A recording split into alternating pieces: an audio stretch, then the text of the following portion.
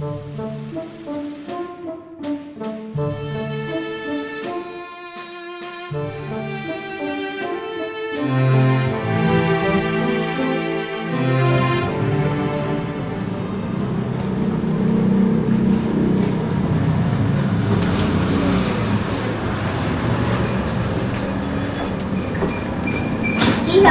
huwag ka nang malungkot.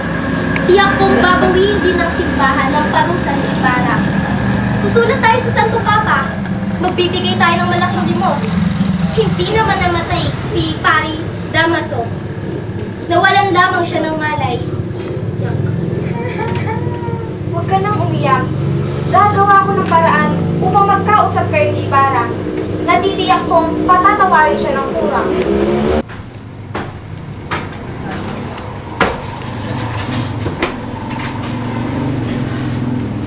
Bakit, Santiago? Bakit kayo tinatawag ng kura?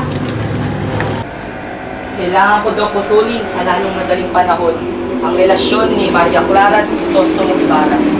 Dahil kung hindi, paparusahan ako ni Padre Damaso. Alin daw ba ang mas mahalaga, ang salapi o ang kaluluwa? Wag na wag ko rin daw siyang pahapatigin sa bahay nito, sabi ni Padre Sibila, dahil excommunicado. Binanggit ko nagkaroon ako ng 50,000 utang sa kanya, kaya ako nakikipagkaibigan. Pero hindi nila ako pinakinggan. Alin daw ba ang mas mahalaga, ang salapi o ang kaluluwa? Huwag ka nang umiyak, Iha. Magpakatatag ka. Hindi tayo maaaring bumangga sa pader. Tularan mo ang iyong ina na minsan lamang lumuha. Siya nga pala, anak. Meron akong magandang balita sa iyo. Dumating na raw ang binatang pinsan ni Padre Damaso at siya raw ang nararapat mong maging asawa. Nangungulol ka na ba, Santiago? Anong nararapat na kasintahan niyang sinasabi mo? Totoong mayaman si Don Crisostomo Ibarra. Subalit, anong gagawin ko, Isabel? Mapapasapanganib ang aking kaluluwa. Naiintindihan mo ba ako? Bakit hindi mo sulatan ng kaibigan mong arsobispo? Arsobispo. Pare rin ang arsobispo. Ano man ang sabihin ni Padre Sibila at Padre Damaso ay tiyak na susundin ito. Darating ang Kapitan General, Iha. Ayokong namumugto ang mga mata mo sa pagharap sa kanya. Tandaan mo na ang pagpapalayo ko sa iyo kay Ibarra ay may magandang idudulot.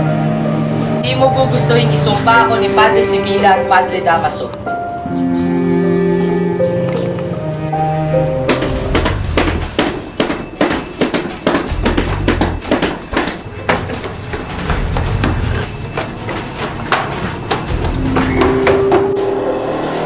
Mahal na Birhen, paano ko po malilimot ang kabagbata kong minahal ko ng higit sa aking sarili? Paano ko po malilimot ang masayang araw na nagpatibok ng aking mga puso? Paano po, mahal na Birhen? Paano po?